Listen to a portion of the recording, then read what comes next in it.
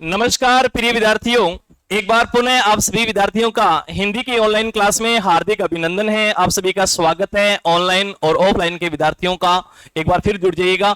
तो आज अपन पढ़ेंगे दूसरा टॉपिक हिंदी व्याकरण का, और दूसरे टॉपिक का नाम क्या रहेगा बताइएगा। कल आपके सामने चर्चा की थी, तो दूसरे टॉपिक का नाम रहेगा विद्यार्थियों संधि, यानी इन संधि के बारे में हम पढ़ेंगे। और ये जो संधि है ना, ये दो शब्दों से मिलकर के बनी है। एक तो है इसमें सम और दूसरा है धी। दो शब्दों से मिलकर के बना है। अब आपको बताना है सम का अर्थ क्या होता है और धी का अर्थ क्या होता है। तब तक मैं ऑनलाइन वाले बच्चों के नाम पढ़ देता हूं, क्योंकि इन्होंने कल कमेंट किया था, जो कि सर्वश्रेष्ठ कमेंट रहे थे इनके यूट्यूब के ऊपर। वो है मंजू कुमारी, पुष्पा एजुकेशन, फ्लोरिना, सावित्री कुमारी। इनके कमेंट रहे द बेस्ट रहे, फर्स्ट रहे इनके कमेंट। और दूसरे नंबर पे कमेंट के मामले में दिनेश, अरविंद मोहाल, चौहान साहब, विजय मीणा, मनीषा शर्मा, इनका भी कमेंट अच्छे रहे, सेकंड स्तर के कमेंट रहे। उसके बाद तीसरे स्थान पर सुनीता बिजारनिया, सरिता चौधरी, कोमल वर्मा, आर के जाट, रोशनी पुनिया, पंकज कुलेरी, बाल भारती स्कूल, मनीषा शर्मा, कविता चालिया, इन सभी का भी स्वागत है गुरुकुल परिवार की तरफ से। बहुत बहुत धन्यवाद। और अब हम पढ़ते हैं संधि। तो विद्यार्थियों बताइए, सम का अर्थ क्या होता है? सम्मान। एक तो सम्मान ये होता है, एक सम्मान ये होता है। तो इस शब्द के लिए कौन सा सही होगा? यानी ये कई बार युग्म शब्द के रूप में भी पेपर में पूछा जाता है। युग्म का मतलब होता है जोड़ा, यानी शब्दों का ऐसा जोड़ा जो दिखने में और बोलने में एक जैसे लगते हैं, लेकिन वास्तव में उसका अर्थ अलग अलग होता है। तो यह सम्मान का मतलब होता है दोस्तों एक जैसे, यानी बराबर। क्या? बराबर। और इस सम्मान का अर्थ क्या होता है? आदर, आदर भाव। यानी हमारे घर में अतिथि आएंगे तो हम सम्मान करते हैं, उसका आदर करते हैं। और धी का अर्थ क्या होता है? इस धी का अर्थ ग्रहण करना। क्या करना? ग्रहण करना। यानी संधि वही होगा जहां सम्मान शब्दों को, यानी सम्मान वर्णों को आपस में क्या किया जाएगा? ग्रहण किया जाएगा। यूं नहीं है कि मुंह उठाकर किसी भी वर्णों का संधि बना देंगे, ऐसा नहीं बनेगा। यहां एक जैसे का मतलब है, यहां पर सार्थक शब्द होने चाहिए, यानी सार्थक वर्ण होना चाहिए। क्या होना चाहिए? सार्थक वर्ण होना चाहिए। क्लियर है इतनी बात? Okay sir. वैसे संधि का अर्थ बताइएगा क्या होता है? संधि का अर्थ बताओ, थोड़ा जोर से बोलो भाई, आवाज तो आगे तक पहुंचाओ। संधि का अर्थ होता है मेल। और मेल जो शब्द है, इसमें मिल मूल शब्द है, और मिल में यदि ए प्रत्यय लगता है तो शब्द बन जाता है मेल। और मेल का अर्थ आता है जुड़ना, या हम कह देते हैं एक हो जाना। एक हो जाना, ठीक है। ये होता है, आपने पहले पढ़ा होगा, जैसे आप छोटी क्लासों में पढ़ के आए होंगे संधि के कुछ शब्द तो आपके याद हैं। लेकिन एक बात और ध्यान रखना है, संधि जब विच्छेद हम करेंगे तो दो पद बनेंगे, प्लस से पहले वाला और प्लस के बाद वाला। तो पहले वाले पद के अंतर्गत और दूसरे वाले शब्दों में जो बना है पद, उन दोनों का सार्थक अर्थ होना जरूरी है। यदि सार्थक अर्थ नहीं है तो संधि नहीं होगा। जैसे हम बात करें, जैसे ये है,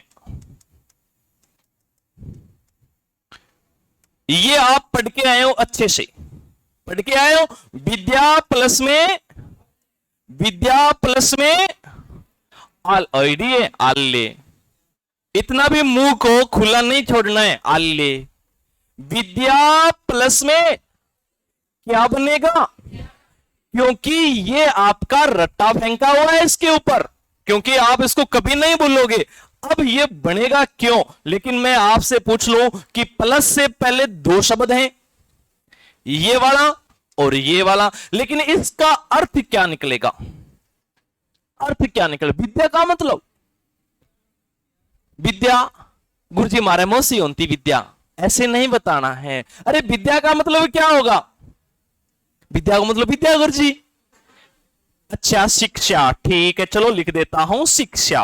ओके, अर्थी अर्थी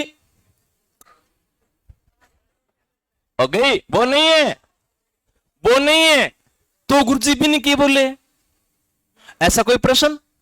हां वो भी होती है, वो ये होती है, ये वो होती है और ये होती है। कौन सी गुरुजी?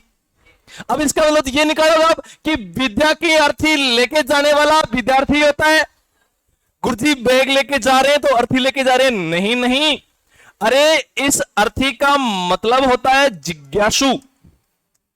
जिज्ञासु जानने वाला, जानने वाला, ग्रहण करने वाला, विद्या को जानने वाला होता है, वो विद्यार्थी होता है। और इस अर्थी का मतलब होता है बेटा जनाजा, और ये वो जनाजा है जिसके लिए अभी आप बेचैन थे बताने के लिए, तो ये वो जनाजा है। अब कई बच्चों के ये आगे सर इनको याद कैसे रखें? ये भी युग्म शब्द है, ये भी युग्म शब्द है, इसको याद कैसे रखेंगे? फर्क कितना इसमें अर्ध रहे, इसमें रह पूरा है, पूरा रह है तो इसमें आदमी भी पूरा होता है, पूरा रह के साथ आदमी भी पूरा। तो ये बस सिंपल सी बातें हैं, कितना कठिन है, याद हो जैसी। हां इतना सिंपल एग्जाम्पल है, फिर भी इनका अर्थ जानना चाहिए, क्योंकि हम सरल से कठिन की ओर पढ़ेंगे। सरल बातों को समझाते हुए हम कठिन शब्दों की ओर चलेंगे। यदि शुरू में कठिन डाल देंगे तो वो एक अच्छा रेपुटेशन नहीं होता है। अब बात करते हैं संधि की परिभाषा। परिभाषा क्या रहेगी, कोई बता सकता है?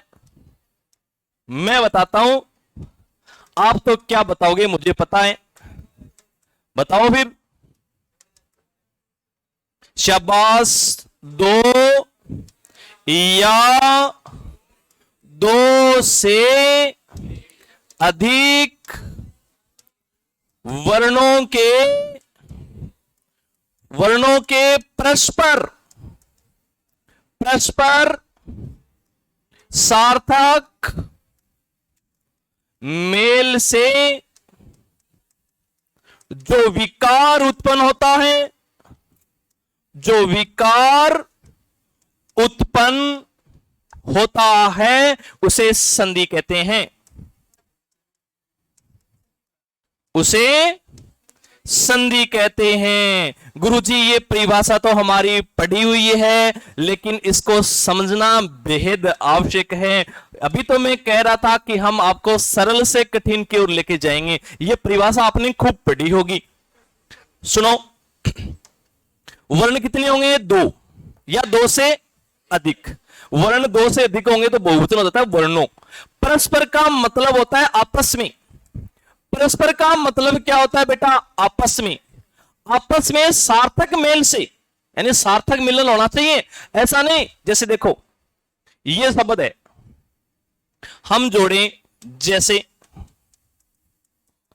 दुकान प्लस में दार, शब्द वर्ण तो ये भी जोड़े गए हैं, लेकिन इसमें संधि नहीं है, क्योंकि इनका आपस में सार्थक मेल नहीं है, वर्ण नहीं जुड़े हैं। सीधा सीधा लिखा गया दुकानदार, एक साथ करेंगे तो दुकानदार बन गया, इसलिए इसमें संधि नहीं है।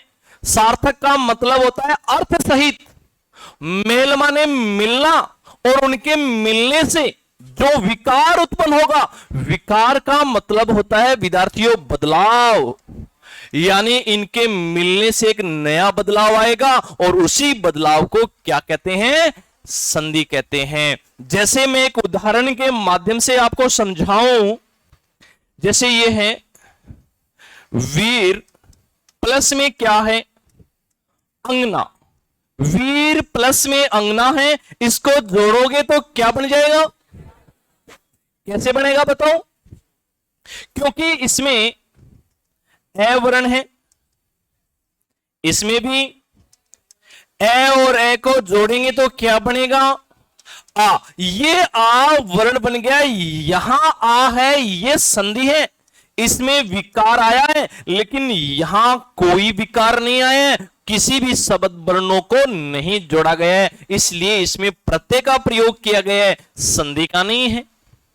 तो अब जोड़े वर्ण दो या दो से अधिक जब आपस में मिलेंगे, मिलने से एक सार्थक विकार उत्पन्न होगा, और सार्थक विकार उत्पन्न क्या होगा बताओ। अब वीर से क्या बन जाएगा, रे से रा, जैसे ए की मात्रा इधर आई है तो अनुस्वार भी साथ में, अरे मम्मी जब गांव जाएगी तो बच्चे को भी तो साथ लेके जाएगी, शब्द क्या बन गया, वीरांगना। लेकिन हमें पता होना चाहिए कि वीर क्या है, अंगना क्या है, बताइएगा क्या है वीर, अंगना क्या है।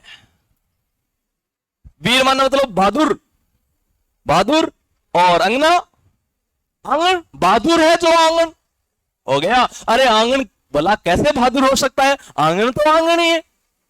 चाहे आप आंगन में डांस करो, चाहे आप आंगन में पिटाई करो, चाहे खुद थप्पड़ खा लो, आंगन कब बहादुर होगा। ये अंगना का अर्थ क्या होता है सुनो, अंगना का अर्थ होता है बेटा स्त्री, क्या होता है, स्त्री होता है। हमारी क्लास में अंगना बहुत सारी बैठी हैं, लेकिन उनको नहीं पता सर आई एम अंगना, हाँ यू आर अंगना, लेकिन आपको नहीं पता था, आज पता चल गया। आपका पर्यायवाची कौन है, कौन है, अंगना, शाबाश। इसको देखो आंगन कब होगा, यदि इसके ऊपर चंद्र बिंदु लग जाए, ये लग जाए तो ये घर का आंगन होता है, ये घर का आंगन, और इस घर के आंगन में अंगना होनी जरूरी, चाहिए नहीं जरूरी है, अत्यावश्यक है। Yes okay. तो बहादुर महिला, अब जैसे मान लो मैं आप बच्चों के नाम नहीं जानता, मैं कह दूं कि हाँ बेटा वीरांगना खड़ी हो, क्या मैं ऐसे बोल सकता हूं आपको, क्या मैं आपको बहादुर बच्ची बोल सकता हूं, नहीं बोल सकता। पीछे बैठे बैठे कह रहे हैं हाँ सर बोल सकते हो, नहीं बोल सकता।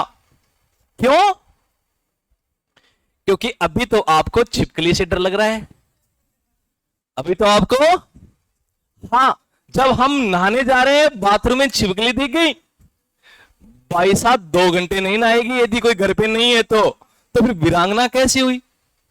हाँ महारानी लक्ष्मीबाई वीरांगना थी, क्योंकि उसने अपना प्राण न्यौछावर किए थे। उनकी शौर्य गाथा, वीर गाथा को हम पढ़ते हैं। आपकी वीर गाथा तब पढ़ी जाएगी जैसे ये दीवार पे छिपकली है, इसकी पूंछ को पकड़ के आप बाहर फेंक दो, फिर मैं कहूंगा हाँ ये बालिका वीरांगना है, नहीं तो मैं वीरांगना नहीं कह सकता। I am so sorry. ठीक है सर, ओके। तो ये शब्दों का सार्थक मेल होना चाहिए, इसी को कहा जाएगा संधि। संधि की परिभाषा दोबारा बोलो, दो, मेरे पीछे बोलना है, दो या आगे नहीं पीछे, दो या दो से अधिक वर्णों के परस्पर मेल से जो सार्थक परिवर्तन होता है उसे संधि कहते हैं। जैसे वीर प्लस में अंगना बराबर वीरांगना, अर्थात बहादुर महिला। उसके बाद सुनो, अब हम बात करते हैं संधि के भेद कितने होते हैं। संधि के भेद कितने होंगे भाई, कन्फर्म पता है क्या, 3 होंगे। आपको क्या पता भाई, संधि के 3 भेद होंगे, आपको क्या पता, किसने बताया। अच्छा मैंने बताया, मैं तो अभी बताना शुरू करूंगा। अच्छा गुरुजी मैं थार से पहले जमाना भी पढ़ता। अच्छा ठीक है, ओके सर। ये लीजिएगा व्यंजन संधि के जो 3 भेद हैं, उन 3 भेदों के बारे में हम चर्चा करते हैं। पहला भेद कौन सा होगा, शाबाश, पहला नाम होगा स्वर संधि। और स्वर आपको अभी मैं पढ़ा के आया हूं, स्वर कितने होते हैं, 11। यानी इन 11 स्वरों का जो प्रयोग होता है वो स्वर संधि में होगा। ठीक है सर, दूसरा भेद, व्यंजन संधि। ये लीजिएगा व्यंजन संधि, ये हमारा दूसरा भेद है, बिल्कुल राइट। और तीसरा है शाबाश, विसर्ग क्या होते हैं? जब आपको पढ़ाया जाएगा तो सारी बातें बताई जाएगी, अभी नहीं पता है तो कोई बात नहीं, मायूस होने की आवश्यकता नहीं है। चलिएगा, अब इसके डेफिनेशन देख लेते हैं। डेफिनेशन क्या होगा बेटा? संधि के दो प्रकार से प्रश्न पूछे जाते हैं। कितने प्रकार से? या तो पूछेगा संधि का नाम, यानी कोई सीधा एग्जांपल डाल देगा, पूछेगा व्यंजन संधि का उदाहरण कौन सा है, दीर्घ का कौन सा है, गुण का कौन सा है, यण का, ऐसे पूछेगा। या पूछेगा संधि विच्छेद, यानी हमें दोनों चीजें पढ़ना अत्यावश्यक है, संधि का नाम और विच्छेद। तो हम दोनों तरीके से पढ़ेंगे, संधि को तोड़ना और संधि को जोड़ना, और फिर संधि की पहचान। तो पहले इसकी देखो, स्वर संधि जो होती है इसमें प्लस से पहले भी हमें क्या मिलेगा? स्वर, और प्लस के बाद में भी स्वर। यदि कोई संधि विच्छेद दिया हुआ है, यदि कोई संधि विच्छेद दिया हुआ है, आपको देखना है इसके दोनों तरफ स्वर है, तो वहां पर स्वर संधि कर देना है। जैसे मान लो अभी हम पढ़ के आए थे वीर प्लस में अंगना। अब देखो ये प्लस है, यानी प्लस के पास ये प्लस से पहले वाला वर्ण होता है, ये प्लस के दूसरे वाला होता है, इन दोनों में हलचल होती है। अरे शादी इन दोनों की है, हलचल इनमें होंगी, बाकी सभी तो बाराती हैं, जैसे गए वैसे आएंगे। हो सकता है थोड़े बहुत बटन तुड़ा के आ जाए, इससे ज्यादा बदलाव नहीं आने वाला है। तो ये वी गना, इसमें कोई परिवर्तन नहीं करना है। तो ये वाला है ना, यहां है और यहां पर भी है। अब देखो दोनों तरफ स्वर आ गए। अब हम कॉन्फिडेंस के साथ कह सकते हैं इसमें स्वर संधि होगा। कॉन्फिडेंस तो क्या 100 में से यदि 101 नंबर है तो आप बोल दीजिएगा इसमें कौन सी संधि होगी? दोनों तरफ क्या होने चाहिए? प्लस से पहले भी और प्लस के दोनों तरफ होंगे, तो इसको स्वर संधि, यही इसकी परिभाषा है। क्योंकि पहली बात तो इसकी परिभाषा पूछता नहीं है, और अगर पूछेगा तो शॉर्ट में पूछेगा। यूं नहीं है कि सर हम 10वीं का एग्जाम दे रहे हैं, परिभाषा 4 लाइनों में लिखनी पड़ेगी तभी हमें 2 में से 2 मिलेगा। नहीं, स्वर के साथ स्वर का जब मेल हो तो बराबर क्या हो जाएगी? स्वर संधि हो जाएगी। राइट। यदि अब बात करें व्यंजन संधि की परिभाषा, तो कोई आप में से बता सकता है? जिसको आ रही हो एक बार ऊपर हाथ करके बताना किसको आ रही है व्यंजन संधि की परिभाषा। हाँ, कोई नहीं देख रहा, मैं ही देख रहा हूं, कर लो। शाबाश शाबाश शाबाश शाबाश शाबाश, इतने बच्चों को आ रही है, बहुत बढ़िया। आपके उत्तर को जानकर मुझे बड़ी खुशी हुई, मैं आनंदित महसूस कर रहा हूं। तो देखिएगा, मैं बता देता हूं आपको व्यंजन संधि की परिभाषा। प्लस, अब यहां प्लस से पहले क्या मिलेगा? व्यंजन मिलेगा, और आगे क्या मिलेगा? अब देखो आपका फिर सवाल हो सकता है आपके मन में कि गुरुजी जैसे वीर नाम था, वीर प्लस में अंगना, तो सर यहां ये व्यंजन नहीं है क्या? सर ये व्यंजन नहीं है, तो सर ये व्यंजन यहां आ रहा है और ये नाम यहां पर भी आ रहा है, तो गुरुवर बताओ हम कौन सी श्रेणी में जाएं?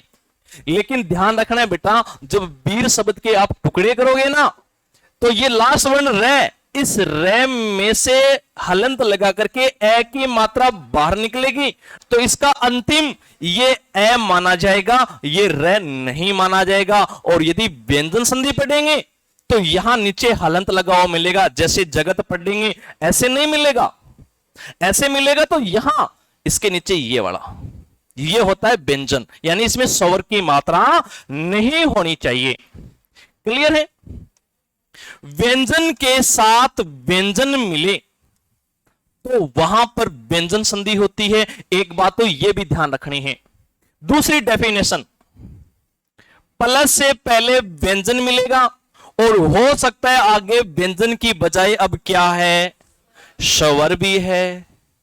ओके। तीसरी डेफिनेशन, पहले क्या मिलेगा? स्वर, उसके बाद में व्यंजन। अब आपके मन में फिर प्रश्न उठेगा कि सर सवर यहां पर भी आ रहे हैं, सवर यहां पर भी आ रहे हैं, तो सर हमारा सही कैसे होगा? अरे पागल विद्यार्थियों सुनो, यहां दोनों तरफ सवर है और यहां तो एक तरफ सवर है। एक तरफ की तरफ जाएंगे तो व्यंजन की साइड जाएंगे, यदि दोनों तरफ सवर हो तो फिर सवर संधि के तरीके से वहां हम जाएंगे, ठीक है ना? ओके।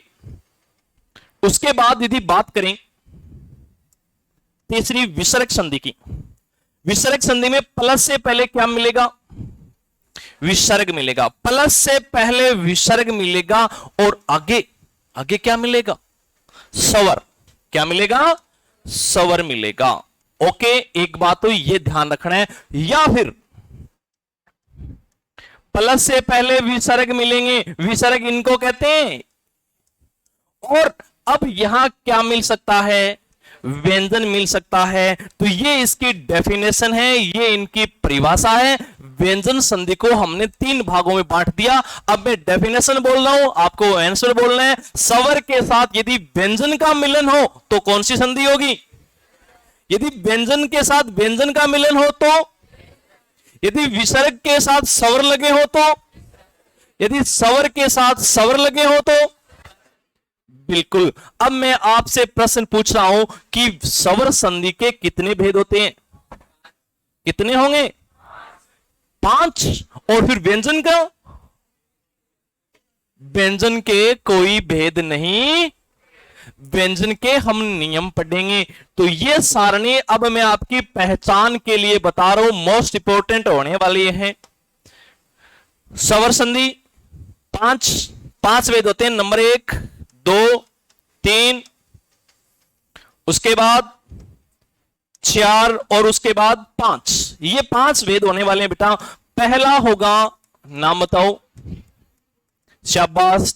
दूसरे का नाम बताओ। उसके बाद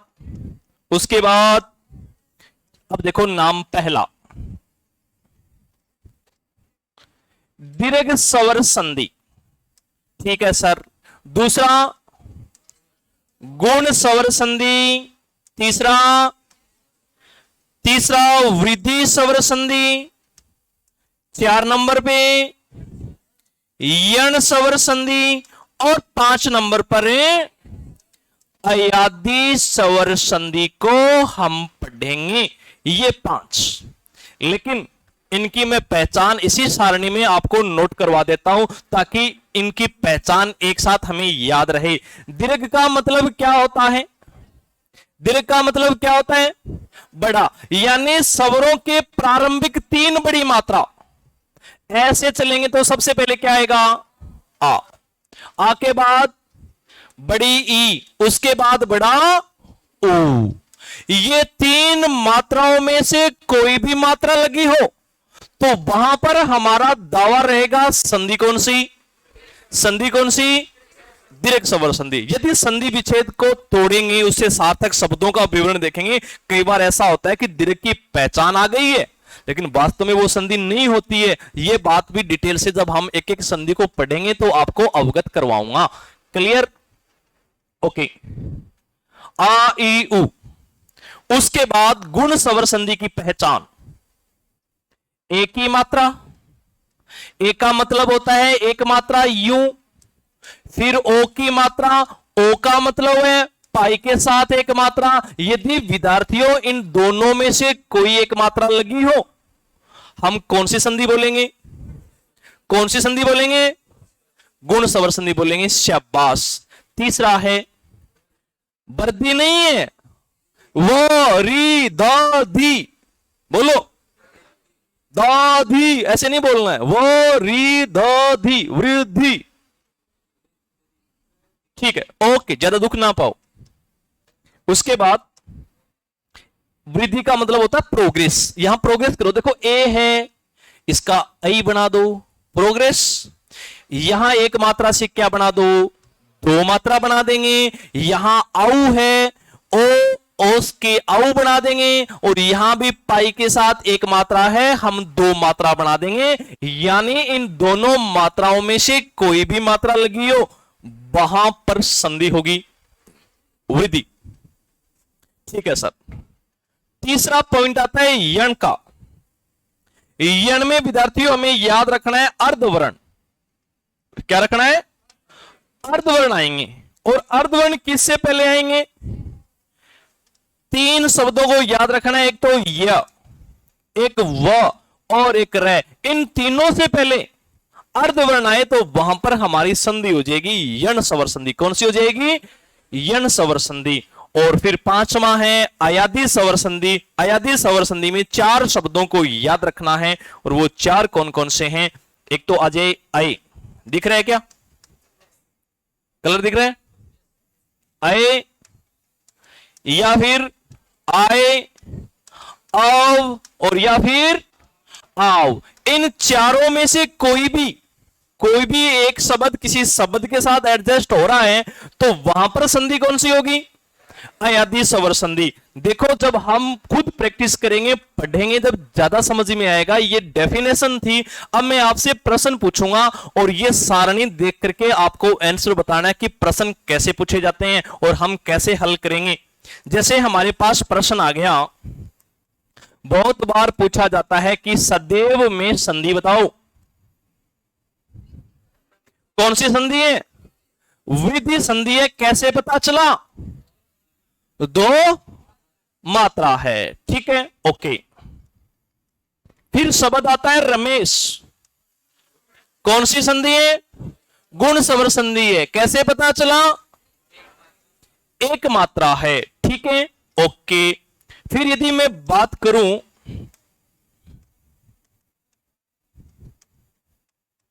अभ्यारण्य, कौन सी संधि है? कौन सी संधि है? कैसे पता चला? आ की भी तो मात्रा आ रही है।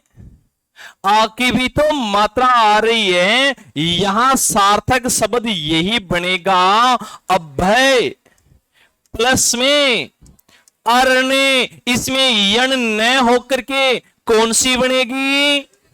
दीर्घ बनेगी। क्यों बनेगी? ये वाला भाग जानने के लिए आपको बना रहना पड़ेगा हमने अगले पार्ट तक, क्योंकि जब इसको हम डिटेल से पढ़ेंगे तो वहां बताएंगे इसका सार्थक अर्थ कैसे निकलेगा। वैसे अरण्य का अर्थ जंगल होता है, वन होता है। भय माने डर होता है, ए माने नहीं होता है। ऐसा वन जहां जंगली जानवरों को डर नहीं लगता उसको अभयारण्य कहा जाता है। कई बच्चों के मन में यह भी आया होगा कि सर अभयारण्य तो ऐसे नहीं लिखते क्या? आया होगा मन में। आप इन छाओं को दबा के बैठ जाते हो, इन छाओं को ऊपर करो, करो ऊपर। तो ये गलत है। ये क्या है? गलत है। सार्थक और शुद्ध क्या माना जाएगा? यही माना जाएगा। ओके ओके, ठीक है। तो आज की क्लास में फिलहाल हम इतना ही पढ़ेंगे। कल हम पढ़ेंगे स्वर संधि के बारे में। ओके दोस्तों, थैंक यू, बाय बाय।